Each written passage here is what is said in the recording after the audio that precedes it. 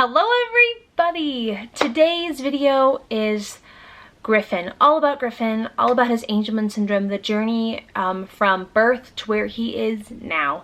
I'm doing this video just to retell his story. I know I've done one of these before in the past. I want to do an all-inclusive video of what's gone on and just information for you guys to know about Griffin and everything. And the lighting's going in and out because it's the sun. It's not me. So let's get into Griffin's story. So Griffin is a twin, like most of you know. He was baby A, and he was a quiet baby in my tummy, very quiet, didn't move around a lot, just kind of just hung out on his side because Sawyer was up here and Griffin was this way, and I think Sawyer kicked him a lot. And I think Griffin just kind of was like, whatever. So yeah, so Griffin, my water broke. It was a crazy birth. You have to watch the birth story and the birth everything. All will be linked down below. Both videos, they're pretty intense. The birth log and the story. But yeah, so he flew out and it was 2 pushes, I think. He was out. And everything seemed great.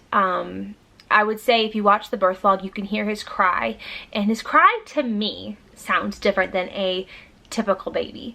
It has a very of a sound to it, and you know, when I was almost dying at that point, so I didn't really notice it. But when I watched back on the videos, that's one of the first signs for me that something wasn't right, really right away. So Griffin was born. I was very sick, so I really didn't take care of him for the first 24 or 48 hours, but I saw them every now and then, and I'd come in and I would try to feed him, and I would have major difficulty. Griffin had feeding difficulties right away, like instantaneously. He could not suck on a bottle, and I'm not kidding you, like he could not get that motion. And there's a lot to this story. So I was very sick. I tried every bottle, everything. I could not nurse. My milk never came in. I hemorrhaged. My body was in shock. I had preeclampsia. Nothing happened. So I was formula feeding, which was fine. And he wouldn't take a bottle. Like, he would not take a bottle, and he would not suck on a bottle. It was just gnawing, and he would, I mean, I can't even tell you. I'm sorry, I'm itchy. My nose is itchy. He would scream, like, at the top of his lungs, like, painful screams, like this is hurting me. Like, I remember thinking maybe the formula was hurting him. I tried every formula. The nurses brought me 2 different kinds of formula that they had. We tried. But it was really weird when I was in the hospital. The nurses and doctors made it seem like it wasn't a big deal. It was colic. Even though he was spilling all the formula. And I remember, you know, one of the things that I regret not doing, like when I was in the hospital, was not speaking up even more. I assumed that if there was a problem with my baby, that the doctors would see it, because we were there for almost a week, that they would talk to me about it. Like, he was in the nursery for over 2 days, like in and out, and nobody said anything. Nobody said that's weird, your kid is losing all its formula. Nobody said it's weird that your kid is screaming all the time. Nobody said those things. I had pediatricians every day that I thought were in communications with the nurses and my doctor. And so I remember thinking, it must be me. I must be not parenting this baby right. I must be freaking out because I've almost died, and the feeding thing, it's just the nipple. Like, I remember thinking it's just the flippin' nipple that caused this whole problem. So we go home, we're discharged, and even though he's screaming, and I know he was gaining weight, because I'm a mother, and I literally kept shoving a bottle in his mouth, because every time he screamed, I say, oh, he must be hungry, which he was starving, because he wasn't eating properly, because he was losing all the formula. So that's why he gained weight and couldn't leave the hospital. But it was my stick-to-itiveness that made it happen. So we get home, we do go to his doctor's appointment, and we were told, because he was screaming, I'm not freaking joking, you guys, all the time, like, ear-wrenching screaming that would shake you to the flippin' core, that can change who you are as a person kind of screaming, that can make you question your sanity kind of screaming. We took him to the doctors, of course, and they just said it was colic. And I'm not flipping joking you. I do not believe in colic, and I think if your baby's screaming for more than a normal amount of time, I've had 6 kids, 5 did not have this thing, Angelman syndrome, whatever, or disorder that made my baby scream all the time. I don't believe in colic. I believe there's something else going on, in my opinion. Come for me in the comments. I don't care. I have my experience, and if your baby's screaming out of control for more than a normal amount of time, more than a few minutes, and you find out what's going on and you soothe your baby, then something's really wrong. Colic is BS, and I feel like it's an escape for doctors because they don't know, and they want the mom to just shush up. So they told it was colic, but I said the feeding thing. They saw the feeding thing. They said, oh, it's probably a tongue tie.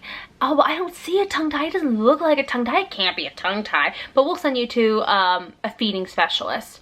And in the meanwhile, like, this is like the first week and a half of his life. Like, he never slept at all. Screamed all the time. Would not eat. I mean, 3 bibs, towels.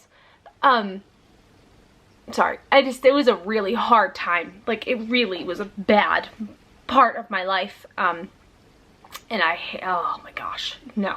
So, we go to a feeding specialist, and they did like the whole x-ray thing, and Will took him, and it was an hour away from where we lived, and Will, I remember him saying he screamed the whole way there and the whole way back. They found nothing. And we took him back to the pediatrician. I remember one doctor tried to give him milk out of a cup because she said there was research that sometimes babies could drink out of a cup because they could not suck. And I'm not kidding you. I was at that doctor's office for 4 or 5 hours one time, and he screamed like the whole time. And what I think the hardest part about it is that they just called it colic. Like, they just call it colic. And they just said, go home and deal with it. And that's the part that makes me so flippin' frustrated. Because, like, everyone's like, why did it take us so long to get diagnosed? Why didn't we try harder? Why didn't we do more? It's because nobody would help us. Everybody said it was colic. So, what was it? I don't even know. He was 5 weeks old because we just gave up going to the doctor. I just kept feeding him formula. He screamed all the time. So I'm missing a part of this story. It's been a long time. He's 4. So we go home. Our pediatrician's not helping us. And we had an ENT schedule, but it was weeks out. Like New York, it was always like a month or 2 out, everything. We did do ultrasounds too of his chest. I remember that too. So we had the neck and a chest thing, thinking it might be a heart problem. I remember that. That came back again. Oh, it must be colic. Blah. Everything came back okay. It must be colic, but he can't eat. But whatever. So about 3 or 4 weeks old, I was desperate. I literally tried every formula there was, every bottle that there was, and nothing worked. And I remember my mom said, what about like the formula when I was a baby? So I called my grandmother, and she knew the formula recipe, and it was condensed milk and corn syrup, and it was watered down a little bit too. So I bought that from the store. Actually, my dad got it, and he brought it to me, and we made a bottle. And I'm not kidding you, he could not suck perfectly, but he tried. I remember the baby, like, his eyes were like, oh, what is this juiciness? And so instead of it being just him floating in his mouth like, I don't want this is disgusting, I hate this, why am I doing this? Then he went to, because he could not suck. So it was more like a need. So he would just gum it. And then it would go in his mouth, and he would swallow it. Now at this time, this is right when this is 4 weeks old, 5 weeks old, he started losing weight. Like a lot of weight. And I'm hoping I can insert a picture of Griffin and Sawyer when they were twins. The Griffin's the one that kind of looks like he's dying. He looks so thin. He was losing weight at the time. Again, we're not going to the pediatrician because they're not helping us. So, but I remember him sleeping in his bassinet, and I remember thinking he looked blue and gaunt. And so I called the pediatrician and I said, something's wrong. He doesn't look good. He looks blue. I think he's losing weight. And this is like the day before we figured out the sugar formula. And they said, take him to the emergency room in Rochester, the Children's Hospital. We can't help you. So we did, and they went to the hospital, and they did x-rays and urine tests, and everything came back normal, but the x-ray showed that he had a broken collarbone. And they just chalked it up to all of this, the colic, the feeding issues, which, God, I want to hit myself, you know, when I look back at this. Like, I think about myself, I go, what the front door was I thinking? Like, how could I think all of that was caused by a broken collarbone? So stupid. I know that's stupid, but like, I was doing my best. I had 4 kids. One was very sick, no help. And meanwhile, backstory, my mom was really sick at the time, like really, really sick, in the hospital, perforated bowel, almost died, very scary time. So it was a lot happening, very short amount of time. And they just said, it's the collarbone. And they sent us home. And this is like where the story really begins. Me and my husband, we gave him the old-timey formula with the sugar in it, and we kept him alive. I think that if we knew he had Angelman syndrome when he was a couple weeks old, he would have had a feeding tube. And I still don't know how I feel about it, because I've heard so many stories about feeding tubes and the ones that go in your belly and everything. Like, it's awful, but he would have not screamed. You know, so it's really hard. Like, I don't know if it would have been a good thing or a bad thing, because he doesn't need a feeding tube now. He can eat, he can drink. But I just know, like, it would have been nice to know then he had Angelman syndrome, and someone would have helped us. That is the hardest part about this whole thing, is that nobody would say, yes, there's a huge problem. We're gonna go the whole circle. The whole freaking circle till we find out what's wrong, instead of making it feeling like it's us as the parents' fault. So we're there. We're about 6 weeks old now. A lot going on. We're 13 minutes into this vlog. Holy crud, it's gonna be a long video. And so he, you know, just grows. He gets to be a fat, little chunky little baby, and milestones are being missed. No words are coming, no babbling really at all. Just maybe grunting, lots of that sound he used to make. And around 9 months old, God stepped in and had a new pediatrician come to our practice where we lived. And I think we came for his 9-month appointment, and she went, you know, I think we need to do more for him. And I think we need to start early intervention. I think we need to do genetics, and we need to do neurology. We need to do something. Something's wrong. And I remember just being so friggin' grateful that somebody said, yes, something's wrong. Like, holy Toledo, it took so long for somebody to say that. And so that's where it began. It's where things started really happening for Griffin. We got early intervention for him, which he started all the therapies that we could get in New York at the time. He got speech, OT, occupational therapy, and physical therapy. Sorry if my time frames are a little off. It's been a long time, but I'm really trying here. I wish I would have. I need to write these things down. I need to go back in the vlogs and figure out where things are. So I'm gonna say this happened after he was 1. Took 3 or 4 months to get into genetics, and 3 or 4 months to get the results. Because I know he wasn't diagnosed till he was almost 18 months old. I really know that one for sure. It was the one I always tell people. So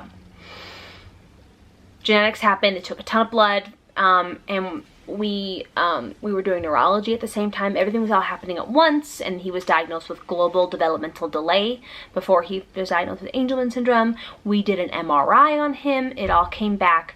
It came back good, but there was something they showed in the brain that was not typical. But I guess that's the part of his brain that was showing abnormalities can be typical for Angelman children. So we found that out. And so genetics came back. He had Angelman syndrome. They had us come into the office, and I remember there were so many doctors. It was intense. I was pregnant with Posey, and they were, you know, gentle with us. They were really trying to encourage us because of what kind of Angelman syndrome he had. Griffin has chromosome 15. He has the double male version. So chromosome, you know, there's a male and a female. He's missing female. He's got double male. A lot of Angelman children have male and female, but there's a deletion on the mom's side. I'm pretty sure. So he has double male, which they said is more high functioning, less, like he should be able to walk, might have some words, seizures shouldn't be so severe, which we have. I think he is more high functioning than what the other angels that I've seen that have the deletions, but it, you know, it varies. I've seen all types of Angelman syndrome children with different types of Angelman syndrome, you know, be more high functioning, less functioning. It's a, you know, it's a spectrum. So he was diagnosed, and we just shook me. I had a really hard time accepting it. Really did not.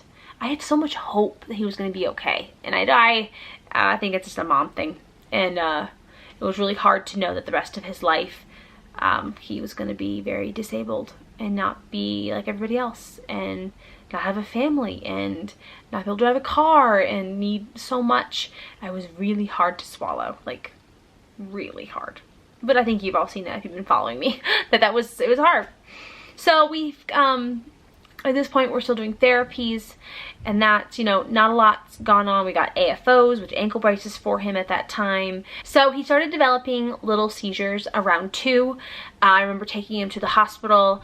They were tiny, they would drop seizures, but then they would go away, and then we'd cut out all the sugar in his diet, most all processed sugars, and they seemed to go away, and we were managing that by his diet. We did that for quite a long time because they were very infrequent seizures, very small, and it was working. Then last year, not 2020, 2019, yeah, he was 3, and he got the flu, and he had 106 fever for like 4 or 5 days, and he developed major seizures, like nothing, not grand mals, but just drop seizures over and over again, and little seizures, micro seizures, and it affected his mobility, it affected his quality of life. Like I'm telling you, like he could not move at some points. It would just take everything. Like he could walk, then he couldn't walk. That's why we got him a wheelchair, because at that point he was having so many that we didn't know how it was going to be. And then we started new medicine, and we tried zonisamide. That helped for quite a while, and then it started not working, and then they added clobetazam, and that was a game changer. It really changed the game for him with seizures. That's what he's on now. He's on both right now. He's on twice a day. So it has been a game changer. So he still has seizures. I had noticed if I do miss a dose in the morning, because the morning one's only the clobetazam, I will see the little tiny seizures. So I'm really trying not to miss that for his sake and for everyone else's sake. So he developed seizures, and he started preschool, which he was getting great therapy, and he was, you know, doing really well. And at that time we were knowing, you know, he wasn't getting enough. Like, let me tell you, we've already started here in Colorado with PECS, the picture imagery for speech, and like they never even brought that up in New York. Like we probably should have started that when he was like 2.5, and so it makes me really angry that that could have been a communication device way back then. They didn't even bring it up. Like I never even had a conversation with the speech therapist in New York in his preschool, that's where he was getting his most of his therapies. Like hello. So yeah, no, not okay. What happened? No. So we're doing that now with the pictures and like touching, so he can communicate with us. It's been really cool. We just started that this week, and it's already, I've seen like, whoa, like amazing results. So very excited. So yeah, New York, doing preschool. Me and my husband, we're like, we gotta get out of here. New York is not the place for Griffin and Sawyer. They're not getting the right therapies, and we pack up everything, move to Colorado. Now we are here. He's getting in-home services, PT, OT, and speech right now. We are in the beginning to try to get ABA therapy for him, and he's getting therapy at his preschool as well. We have not met with his new neurologist yet, but that is in March. And his new doctor here is amazing. I can't tell you how blessed we are to find her. She is so on the money, so amazing. It's like just so great. She got us the medicine we needed when we first moved here because we were freaking out because we couldn't get his medicine because of, you know, insurance stuff. Ugh. But we got his medicine, and it's been really good. Like, everything has been really good. Griffin is not potty trained. We're going to be getting free diapers here, which is like, come on, it's amazing. Free, like, what do you, like, oh my gosh, like, Colorado, if you have a disabled child that needs a lot of help, like, if you can, I highly recommend Colorado. Like, I can't tell you, it's been just so nice, like, not to have to fight with people or to beg or to just go, I guess it's not going to happen for us. Like, the hope is, it's back. I had no hope in New York. Hope is back here. Like, it's just, I have hope that Griffin will be able to have a communication device, that we'll be able to walk freely without a walker, that's going to get everything he possibly needs. Maybe be potty trained one day. Like, I have so much hope. It's like exploding out of me. So, things are really looking up. I think that is all, like, for Griffin's story. I know I probably missed a bunch of stuff. I know if you guys go back to his other stories, you'll be like, Emily, you missed like this major thing. I'm a person and my brain's full of too much stuff, but I'm trying. I'm trying. And what's really cool is Colorado Springs is actually having an Angelman syndrome walk in March, in May 15th. We've already signed up. We're going to be doing a fundraiser coming up for that. I'll link everything below if we have it set up, but if we don't, coming up, we'll do a whole video on the fundraiser for that. So we get to meet other Angelman parents, which we've never done that before, so that is so exciting. It is going to be really good. So the moving here was the best thing for both my boys, hands down. It's just been a game changer, like I've said so many times. But yeah, if you have any questions about Griffin, comment down below. I'll try to answer them. Sorry if this video is all over the place. It's just been such a long time. I do like reliving it a little bit. It just reminds me what we've been through and what he's been through and what he's overcome and what I've overcome and my family's overcome. We have done so much. And I'm like, wow, good job, Emily. Like, good job. I survived. Because life's really kicked me. And, yeah, we've done it. And we're doing it. And we're going to keep doing it. And Colorado is going to help us. So, yay. All right. So, if you guys like these kind of videos, informational videos about their services or how we're getting it, let me know. I never thought about actually doing something that could actually help people, like how step-by-step things, how to get therapies or how to get connected with doctors, or how to get connected with our resource exchange where we're getting our waivers. Things like, if I didn't know Stephanie from Landing Crew, I would be like lost. So let me know if you like those kind of things. I can try to do a couple more videos like that to see if I can help other parents out there, especially if they're in Colorado, or to get people maybe that are thinking about moving to Colorado for their kids, to give a little more step-by-step videos to help you. This is what I feel like my channel's for, is to help others. One, to show the craziness of life as a parent with 6 kids, and to show the struggles of being a special needs mom and the triumphs of being a special needs mom. So let me know. Yeah, thank you for watching. Like and subscribe. Thumb the video up for us. We'd super appreciate it. Follow me on all my social media. And don't forget, guys, you are wonderful. Bye. Bye.